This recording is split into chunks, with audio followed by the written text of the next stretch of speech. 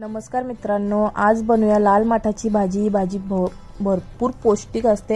याच्यासाठी लसणाच्या 7 ते 8 पाकळ्या मी तेलामध्ये घातलेल्या आहेत। त्या व्यवस्थित अशा फ्राय झाल्या की याच्यामध्ये घालायचे मिरची, 2 मिरच्या इथे घातलेल्या आहेत।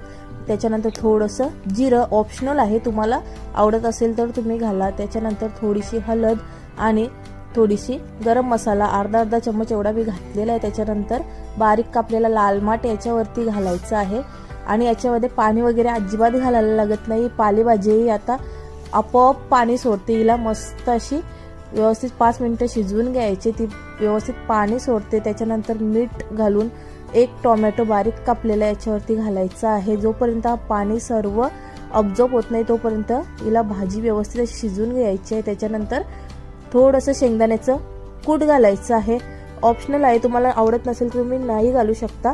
आता आपली भाजी तयार आहे, गरमागरम